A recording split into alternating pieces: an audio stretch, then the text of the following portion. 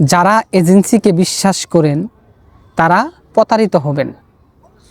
এমন এজেন্সিকে বিশ্বাস করেন যে আপনাকে গাইড করবে জাপানে নিয়ে আসা পর্যন্ত, কোনো টাকা চাবে না, কোনো টাকার কোনো ডিল হবে না।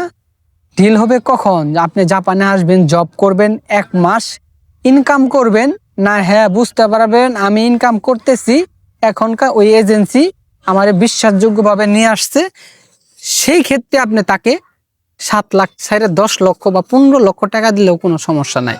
কারণ জাপানে আপনি 1 বছরের টাকা ইনকাম করবেন হিউজ পরিমাণ। তো গতকালকে আমার ভিডিওতে একজন কমেন্ট করছে, ভাই আমি এজেন্সিকে 7 লাখ টাকা দিছি SSW স্কিল ওয়ার্কার স্পেসিফাইড ভিসাতে জাপানে নিয়ে যাওয়ার আশ্বাস দিছিল।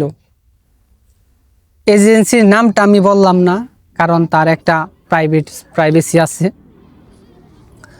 তো বলতেছে যে ভাই আমি 7 লাখ টাকা দিছি জাপানে যাওয়ার জন্য, কিন্তু আমার তো জাপানে নিতেছে না, আমি যখনই যাইতাছি খালি ঘুরাইতেছে।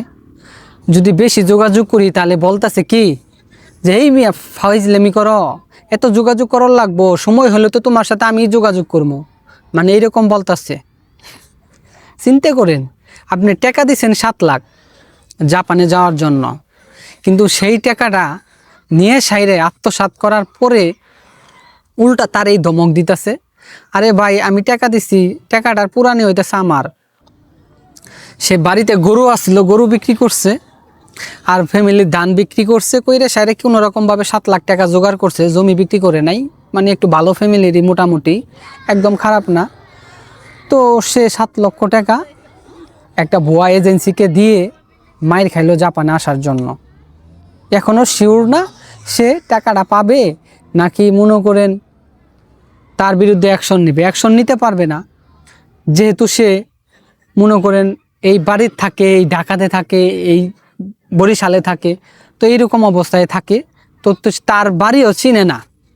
তো ফেসবুকে কথা হয়েছে, তার সাথে এইরকম ডিল হয়েছে, ডিল হওয়ার পরে এরকম টাকা দিচ্ছে।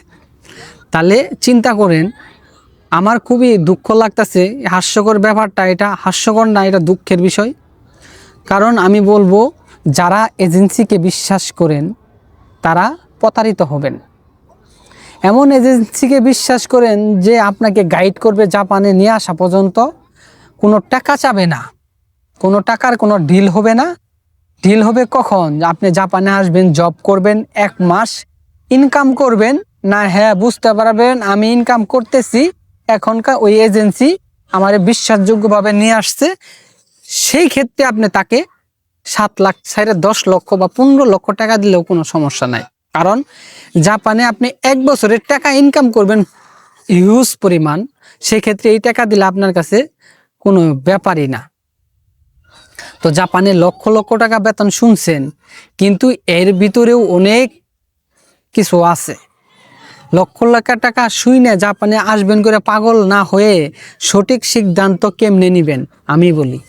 আগে ভালো করে ডিসিশন নেন, জাপান যামু, তারপরে আপনার বুঝতে হবে যে কিভাবে যাব, কার মাধ্যমে গেলে ভালো হবে সেটা ভালো করে রিসার্চ করেন, এবং কিভাবে গাইড করবে, এবং জাপানে কত টাকা বেতন, কিভাবে আসবেন, তারপরে জব বিষয় কোনগুলা করবেন, এগুলো কিন্তু অনেকেই জানেন না। তো সেক্ষেত্রে কি করবেন, আমার ইউটিউব চ্যানেল এবং ফেসবুকের সকল ধরনের ভিডিও আছে, জাপানের টাকা পয়সা, ইনকাম, জব, সব ফেসিলিটি নিয়ে ভিডিও আছে, আপনারা সাবস্ক্রাইব করে সেখানে দেখতে পারেন। আর যদি কন যে না সাবস্ক্রাইব করবো না, দেখবো, তাও করতে পারেন, সমস্যা নাই। আপনার তো উপকার হবে, উপকার করতে পারলে আমার এইটুকুই অনেক কিছু। তো সেক্ষেত্রে সবাই সতর্ক থাকবেন, এবং যে কোনো এজেন্সির সাথে যোগাযোগ করার আগে নিজের ডিসিশন নেবেন কি করবেন। আর যারা জাপানে আসতে পারতেছেন না, কোনোভাবে বুঝতেছেন না কোনো কিছু, জাপানি ভাষা শিখেও অনেকে বসে আছেন, তাদের ক্ষেত্রে আমি বলবো আমার সাথে যোগাযোগ করেন, একদম ফ্রি, কোনো টাকা লাগবে না, একদম গাইড করব জাপানে আসা পর্যন্ত। আপনি শুধু আমার জন্য দোয়া করেন, আর কিচ্ছু লাগবে না।